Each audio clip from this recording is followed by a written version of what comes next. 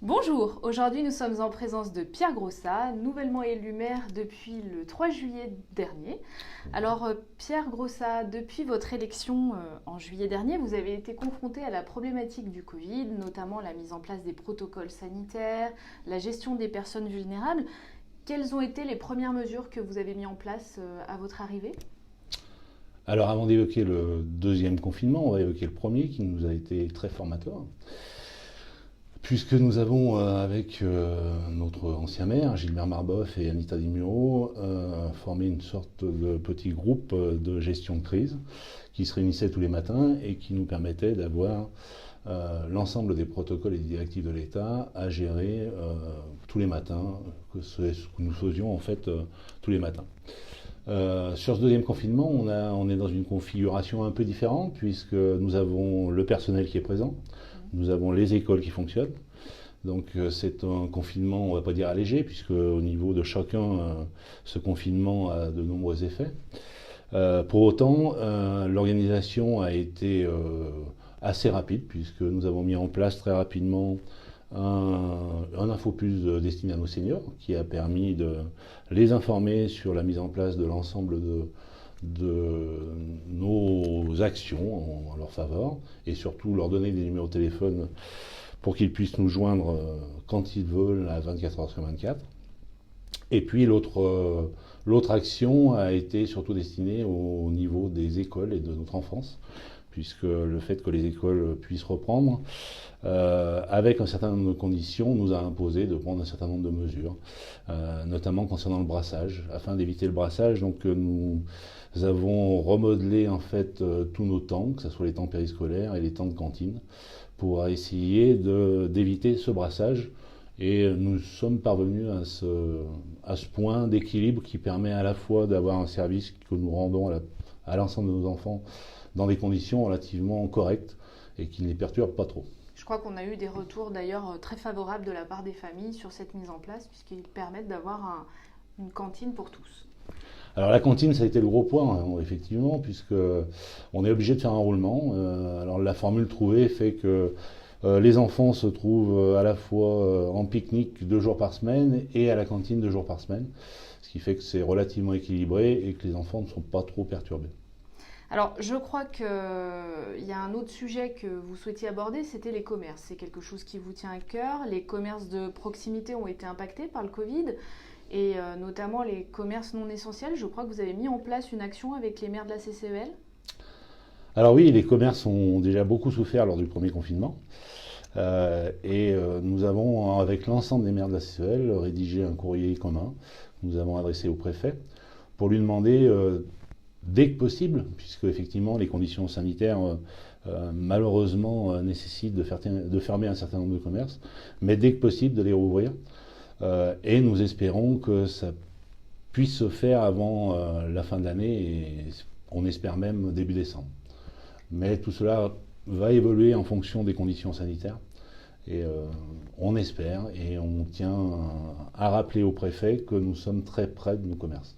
Alors en parlant de commerce, le 15 octobre dernier, on a vu s'ouvrir sur cette commune de Pusignan un nouveau supermarché, le Netto. Quelques mots là-dessus? Oui, alors le Netto est arrivé à point nommé, je dirais, puisque malheureusement nous avons perdu le 8-8. L'arrêt du 8-8 n'est pas lié ni au confinement ni à l'arrivée du Netto, mais c'était des problématiques beaucoup plus structurelles qui l'ont fait fermer. Donc l'arrivée du Netto permet de compenser cette fermeture. La population est très satisfaite à la fois du commerce, de la station à essence et surtout aussi du distributeur de billets qui rencontre un franc succès. Alors avec Anita Di Muro, votre adjointe aux affaires sociales, je crois que vous avez mis en place une navette senior pour les courses de première nécessité dans les commerces de la commune, notamment le Netto. Alors ça fait partie des actions effectivement qu'on a mis en place très rapidement puisque les seniors ont besoin effectivement de pouvoir bénéficier de services qui puissent les amener à réaliser leurs courses de première nécessité. Donc nous sommes partis du principe de mettre en place une navette et d'emmener nos seniors qui prennent rendez-vous avec nos services et qui sont amenés dans les commerces, qu'il s'agisse du netto, de la place à la boulangerie ou de la boucherie aux Trois Voies. Et naturellement, tout cela gratuitement. Bien sûr, oui, tout ça gratuitement, puisque ça fait partie d'une notion à la fois de service public et de solidarité qu'on doit avoir avec nos aînés. Alors, Pusignan va changer, Pusignan va évoluer. On parle de projets structurants. Est-ce que vous pourriez commencer à nous parler de vos projets de mandat ? Oui, alors les projets, vous les connaissez, puisque la période d'élection est très proche, et donc ces projets-là ont été relativement souvent répétés. Je parlerai presque de l'Arlésienne du centre-ville, qui depuis une dizaine d'années fait partie de nos programmes, et on commence à voir le bout du tunnel, puisque l'entreprise Vidon, qui doit se délocaliser, vient de déposer son permis pour être relocalisé dans la zone du mariage. Donc nous commençons à voir effectivement le bout du tunnel. Ça va nous permettre de commencer à retravailler et affiner le projet qui existe sur le centre-ville, pour le faire évoluer aussi avec le temps, puisque le temps fait que certains besoins de petits détails doivent être affinés. C'est ce que nous allons faire, notamment au niveau de la surface commerciale et puis au niveau aussi de la gestion des eaux pluviales, qui est un autre problème sur le centre-ville. Alors, le Covid amène son lot de difficultés, et notamment en termes de communication avec les habitants. On ne peut plus organiser de réunions publiques, vous ne pouvez pas aller au contact des habitants. Comment, du coup, vous avez développé des nouvelles méthodes de communication ? Comment vous continuez à garder le lien avec les Pusignanais ? Alors nous avions déjà en projet de rendre aux habitants une information beaucoup plus réactive. Nos PUSMAG, une fois par trimestre, je pense, vont être espacés. On va peut-être aller à 2 par an, ce qui sera suffisant en fait pour amener de l'information institutionnelle.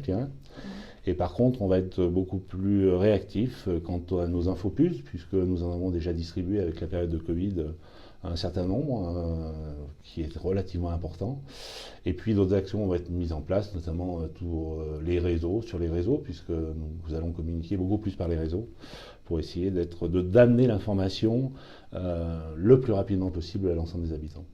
Et puis donc la mise en place de ce Puce JT, destination des Pusignanais, sur les chaînes YouTube, Facebook et Instagram. Eh bien écoutez, je vous remercie monsieur le maire, et puis je vous donne rendez-vous prochainement pour peut-être un premier bilan de vos actions. À très bientôt.